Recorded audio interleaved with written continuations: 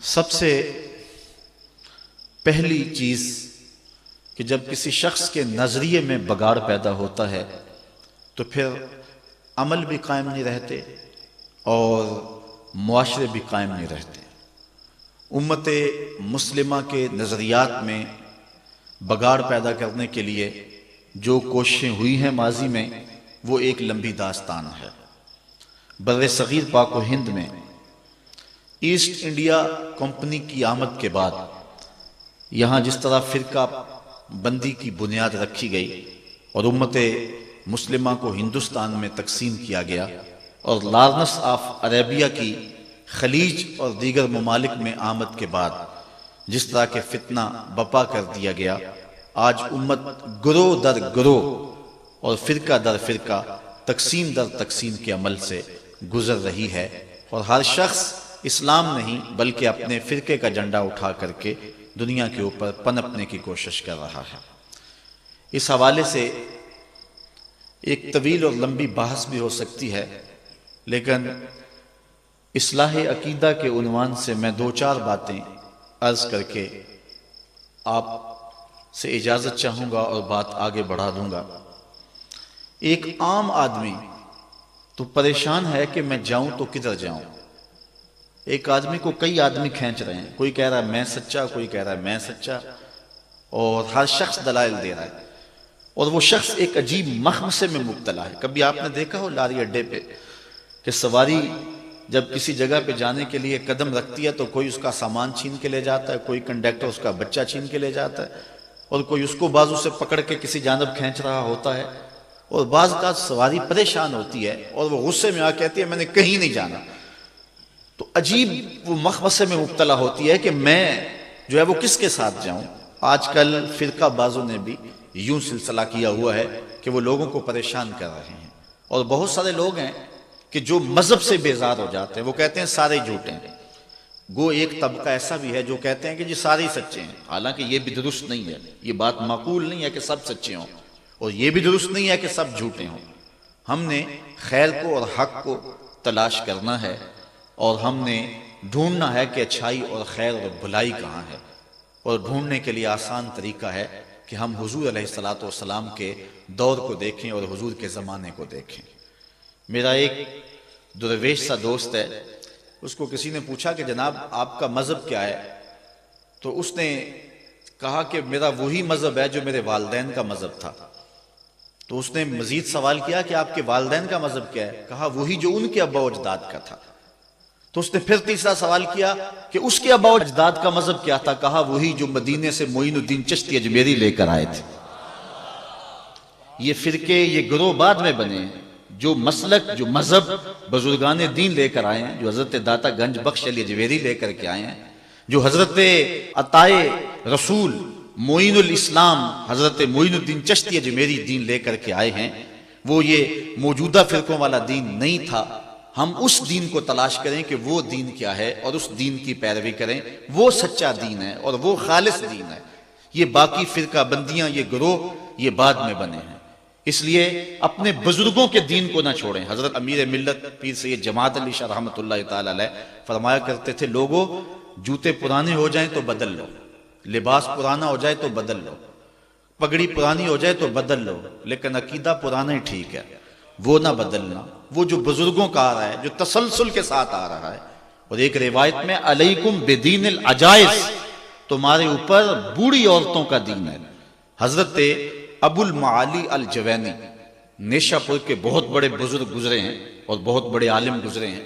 جب آپ کا آخری وقت آیا تو آپ نے فرمایا کہ لوگوں تم گواہ بن جاؤ، میں عقائد اور نظریات کی لمبی بحث سے تنگ آ کر کے آنا اموتو علی عقیدت عجائز اہل نیسابور، میں نیساپور یعنی نیشہ پور کی بوڑھی عورتوں کے دین پہ مر رہا ہوں۔ تم اس بات پہ گواہ ہو جاؤ کہ نیشہ پور کی جو بوڑھی عورتیں ہیں میں ان کے دین پہ مر رہا ہوں، کیونکہ جو ابا و اجداد کا دین ہے وہی سچا دین ہے، اور جو دین بعد میں بدلا جائے گا وہ یقیناً بدلی ہوئی ایک صورت ہوگی، وہ ایک نیا ایڈیشن ہوگا۔ اس لیے اپنے بزرگوں کے عقائد اور بزرگوں کے نظریات کو کبھی نہ چھوڑنا۔ علامہ اقبال، جن کو ترجمان حقیقت بھی کہتے ہیں، انہوں نے بڑی خوبصورت بات اس انداز میں کی، اجتہاد عالمان کم نظر اقتدا بر رفتگاں محفوظ تر۔ وہ کہتے ہیں کہ کم نظر علماء کے اجتہاد سے بہتر ہے کہ جو پہلے لوگ بزرگ گئے ہیں ان کی پیروی کی جائے۔ عقل آبایت ہوس فرسودہ نیست، کار پاکاں از غرض آلودہ نیست۔ کہتے ہیں تمہارے آباء و اجداد کی جو عقل تھی وہ لالچ سے پرانی نہیں ہو گئی تھی، فرسودہ نہیں ہو گئی تھی، غرض کی وجہ سے وہ آلودہ نہیں ہوئے تھے۔ انہوں نے انگریزوں سے پیسے نہیں کھائے ہوئے تھے کہ انہوں نے تبدیلی کر لی ہو اپنے نظریات میں، اس لیے ان کا نظریہ وہی تھا جو 14 صدیاں سے چلا رہا ہے۔ ذوق جعفر کاوش رازی نمان، آبروئے ملت تازی نمان، تنگ برما رہ گزارے دین شدے، ہر لئی میں رازدار دین شدے۔ آج ہر کمینہ شخص دین کا رازدار بن کے بیٹھ گیا ہے۔ تو اقبال کہتا ہے اجتہاد عالمان کم نظر اقتدا بر رفتگاں محفوظ تر۔ اس لیے جو بزرگ ہیں ان کے عقیدے کو اپنا کر کے رکھیں، اسی میں تمہاری خیریت ہے۔ یہ جتنے بھی اختلافات ہیں وہ بعد میں پیدا ہوئے۔ حضرت شیخ عبدالحق محدث دہلوی بڑی خوبصورت بات کی مدارج النبوت میں لکھتے ہیں، اللہ کا شکر ہے بہت امور میں اختلاف پایا جاتا ہے، کم از کم میرے دور میں حضور علیہ السلام کی حیات طیبہ پر تو کوئی اختلاف موجود نہیں ہے۔ یعنی پوری امت اس بات کو مانتی ہے کہ حضور قبر اطہر میں زندہ ہیں۔ تو کہتے ہیں امت میں بڑے اختلافات ہو گئے ہیں لیکن ابھی تک یہ اختلاف نہیں ہوا۔ تو اس کا مطلب یہ ہے کہ اب اس عنوان سے بھی جو اختلاف پایا جاتا ہے تو یہ حضرت شیخ عبدالحق محدث دہلوی کے بعد پیدا ہوا ہے، ان کے زمانے تک یہ اختلاف بھی موجود نہیں تھا، اس لیے بعد میں اختلافات پیدا ہوئے اور امت کو جو ہے وہ گروہ در گروہ تقسیم کر دیا گیا۔ علامہ نبہانی نے لکھا ہے اول من انکر التوسل والاستغاثہ والنداء هو ابن تیمیہ، پہلا شخص جس نے توسل، استغاثے اور ندا کا انکار کیا وہ ابن تیمیہ تھا۔ اس سے قبل امت میں اس عنوان کے ساتھ کوئی اختلاف موجود نہیں تھا، سارے جھولیاں پھیلا پھیلا کے استغاثہ کیا کرتے تھے۔ مسیلمہ کذاب کے مقابلے میں جو جنگ ہوئی ہے اس جنگ کے اندر حضرت خالد بن ولید نے لکھا کہ ہم بھی اللہ اکبر کا نعرہ لگاتے ہیں، وہ بھی آگے سے اللہ اکبر کا نعرہ لگاتے ہیں، سمجھ نہیں آتی اپنا کون ہے بیگانہ کون ہے۔ تو حضرت صدیق اکبر نے ان کو کہا کہ جب وہ اللہ اکبر کا نعرہ لگائیں تو تم یا رسول اللہ کا نعرہ لگاؤ۔ وَقَانَ شِعَارُهُمْ يَوْمَئِذٍ یا محمد ہو، اس دن اہل ایمان کی پہچان یا محمد کہنا تھا۔ اس لیے ہم اپنے آباء و اجداد کے دین کو دیکھیں اور نئے نئے ادیان اور نئے نئے رنگ نہ اپنائیں کہ بعد میں آج اگر ہمیں یہ تبدیلی کرنی پڑ گئی ہے کچھ لوگوں کو کہ وہ نماز کے اندر ربنا اغفر لی والے والدیہ نہیں پڑھتے کہ ہمارے والدین کے عقائد ٹھیک نہیں تھے، ان کے لیے دعا نہیں ہو سکتی، تو اگر کل اسلام کا کوئی اور نیا ایڈیشن آ جاتا ہے تو پھر تمہاری اولادوں کو جو ہے کوئی اور تبدیلی لانا پڑے گی اور ان کے نزدیک تم بھی کافر ہو جاؤ گے۔ اس لیے اللہ کا خوف کرو اور جو بزرگوں کے عقائد چلے آ رہے ہیں ان کے اندر تبدیلی نہ کرو۔